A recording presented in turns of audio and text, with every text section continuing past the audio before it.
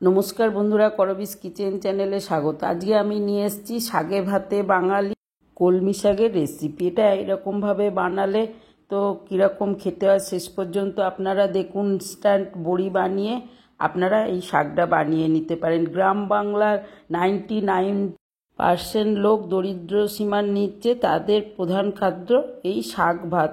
এই কলমি শাকটা যদি এইরকমভাবে একটু রান্না করে নেন মাঝে মাঝে, চলুন আমরাও খেতে পারি। এর জন্য আমি ইনস্ট্যান্ট একটু ডালের বড়ির মতো করে বানিয়ে নিয়েছি যেভাবে, সের জন্য পুরো শেষ পর্যন্ত রেসিপিটা দেখুন, সঙ্গে থাকুন। লাইক আর শেয়ার সাবস্ক্রাইব করার অনুরোধ রইল। দেখুন, বাজার থেকে আনা 10 টাকার কলমি শাক। সেই কলমি শাকগুলো তো আমি প্রথমে পাতা খারাপগুলো বেছে বেছে পুরো পরিষ্কার করে নিয়েছি। শাকটা কিন্তু বাছা খুবই দরকার, কারণ খুব অনেক সময় অপরিষ্কার জায়গায় হয়, সেখান থেকেও তুলে এনে বিক্রি করে।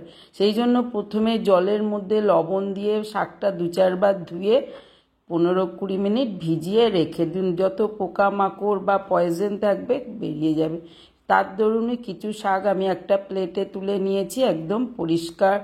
দেখুন শাকগুলো, এইবার সেই শাকগুলো আমি বেশ মিহি করে কুচিয়ে নেব। যত মিহি হবে শাক কাটা, তত কিন্তু আপনার রেসিপিটা সুন্দর হবে, আর তত মিলিয়ে একদম নরম হয়ে যাবে, কম আর টেস্টিও সেখানেই নির্ভর করবে। সুতরাং মিহি করে শাকগুলো কেটে নিচ্ছি ধীরে ধীরে।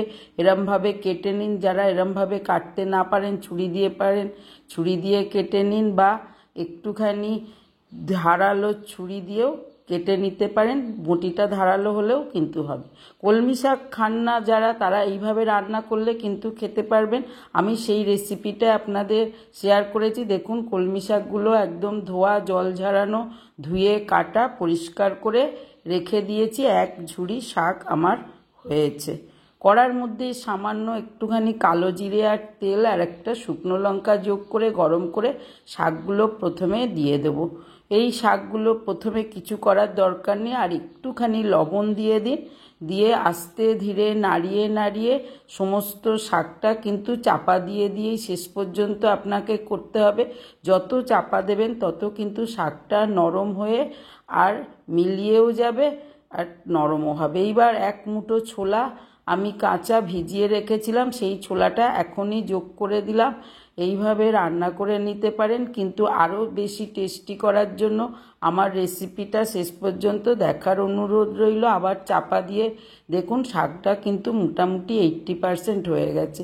কড়া গরম করে কড়ার মধ্যে তেল দিয়েছি, সর্ষের তেল, কালো জিরে আর 2টো শুকনো লঙ্কা যোগ করে রসুন 5 কোয়া একদম মিহি করে কুচিয়ে দিয়েছি। রসুনটা লাল লাল করে বেশ ভেজে নিন। এইভাবে রসুনটা ভাজা খুব দরকার। এইবার আমি মাঝারি সাইজের একটা পেঁয়াজ কুচিয়ে নিয়েছি বেশ মিহি করে। পেঁয়াজটা দিয়ে একটু ভাজা ভাজা করে নেব। যারা নিরামিষ খান তারা পেঁয়াজ রসুনটা স্কিপ করবেন, কিন্তু বাকি মেনুটা একই আছে। আমি একটা আলু মাঝারি সাইজের এরকম চৌকো করে কেটে নিয়েছি, সেই আলুটা যোগ করে দিলাম। আলুটা দিলে তো আর কোনো কথাই নেই, এক কলমি শাকেই আপনার পুরো ভাত খাওয়া হয়ে যাবে। আর কিছু হলুদ আর 2টো মতো কাঁচা লঙ্কার দরুন লাল যোগ করেছি, কারণ কলমি শাকের মধ্যে সবুজ লঙ্কা দিলে যার গালে পড়বে ঝাল লাগবে, বাচ্চাদের খুবই অসুবিধে। আর লবণটা যোগ করে আলুটা আস্তে আস্তে সেদ্ধ হওয়ার জন্য চাপা দিয়ে নেব।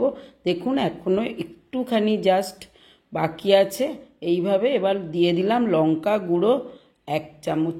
শাক তো সবাই খান, কিন্তু এরকম যদি শাক বানান তাহলে ছোট বড় সবাই খাবেন না, এরকম হতেই পারে না। দেখুন, আলুটা সেদ্ধ হয়ে গেছে। বাচ্চারা খেলে কাঁচা লঙ্কা দিয়ে করবেন, ঝাল ব্যবহার করবেন না, গুঁড়ো লঙ্কা বা লাল লঙ্কা। ফোড়নেই কেবল শুকনো লঙ্কা দেবেন। এইবার শাকটা ঢেলে দিয়ে আস্তে আস্তে মিশিয়ে নিন। শাক তো এইভাবেই আপনারা খেয়ে নিতে পারেন, আমিও মাঝে মাঝে খাই, কিন্তু রুচি বদলাতে এখন শাকটাকে আরেকটু টেস্টি বানিয়ে নিতে পারেন, যেটা আমি সব সময় মাঝে মাঝে ইনস্ট্যান্ট করে ফেলি। চিনি একটু টেস্টের জন্য যোগ করলাম, আপনারা চিনি আর লবণটা দেখে যোগ করবেন। 2টো তেজপাতা দিলাম, একটু গরম মশলা দিয়ে দিলাম। এইভাবে নাড়িয়ে চাড়িয়ে আস্তে করে হতে দিন। ততক্ষণে দেখুন, আমি 1/2 কাপ ছোলার ডাল নিয়ে নিয়েছি। এই ছোলার ডালগুলো আমি এখন কড়াটা বসিয়ে দিয়েছি। এটা আমি প্রথমেই করে নিয়েছি। এইবার এটা নাড়িয়ে চাড়িয়ে ছোলার ডালগুলো একটু ভেজে নেব। আর দিলাম দুটো শুকনো লঙ্কা। শুকনো লঙ্কা দিয়ে পুরো মুচমুচে করে ছোলার ডালটা অল্প তেলে ভেজে রেডি করে নিন। কিরম লাল লাল হয়েছে দেখতে পাচ্ছেন। এবার মিক্সির বাটির মধ্যে যোগ করুন, একটুখানি লবণ দিন, কারণ ছোলার ডালে যেহেতু লবণ নেই, ভাজলে যদি শুধুও ভাতের সঙ্গে খান ভালো লাগবে না। লবণটা দিয়ে এবার বেটে নিন। একটুখানি খিঁচ রেখে বাটবেন, একদম মিহি করে বাটবেন না। এইভাবে বাটাটা আমি এখন কৌটোর মধ্যে ভরে রেখে দেবো। 2-4 দিন বেশ ঢাকনাটা চাপা দিয়ে রেখে দিন, ফ্রিজে কিন্তু ভালো থাকবে। এইবার যখনই এরকম কিছু রান্না টান্না করবেন ছড়িয়ে দিলে লাউয়ের তরকারিতে খুবই ভালো লাগে। এখন এই 1 চামচ 2 চামচ নিয়ে শাক ভাজার মধ্যে বড়ির সাবস্টিটিউট হিসাবে যোগ করে দিলাম। এইবার ভালো করে মিশিয়ে দিন। ছোলা দিয়েছেন, পেঁয়াজ দিয়েছেন, রসুন দিয়েছেন, আর এই বড়ি ভাজার গুঁড়ো দিয়েছেন। শাকটা তো আপনার একদম অন্য মাত্রা নিয়ে এসছে রান্নায়। বন্ধুরা করে ফেলুন, চাপা দিয়ে দিন, আস্তে আস্তে এক জায়গায় করে কেমন হয়েছে জানান। ভালো লাগলে আমার চ্যানেলটা সাবস্ক্রাইব করে লাইক আর শেয়ার করে সঙ্গে থাকুন। গ্রাম বাংলার দরিদ্র মানুষের শাক যা খেয়ে তাদের সমস্ত পুষ্টি পূরণ হয়, সেই শাকই আমি দেখিয়েছি। উপর থেকে একটু বড়ি ভাজা ছড়িয়ে দিন। দেখুন শাকটা কেমন হয়েছে, কতটা টেস্টি দেখলেই বুঝতে পাচ্ছেন, বানালে তো বুঝতে পারবেন। উপর থেকে একটুখানি গুঁড়ো বড়ি ছড়িয়ে দিন। ব্যাস, আর কোনো অপশান নেই। এক শাক ভাজাতেই আপনার গরম ভাত উঠে যাবে। আমি এই শাক ভাজাটা যখন বানাই তখন কিন্তু আর এই দিয়েই 1 থালা ভাত আমার হয়ে যায়, আর আমার বাড়ির সবারই প্রিয়।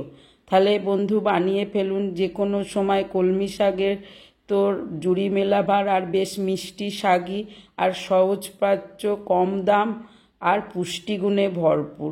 মাঝে মাছ মাংস ফেলে এরকম যদি শাক টাক দিয়েও খাওয়া যায়, শরীরের অনেকটা রেস্ট পায়, হজম শক্তিটাও বৃদ্ধি পায়।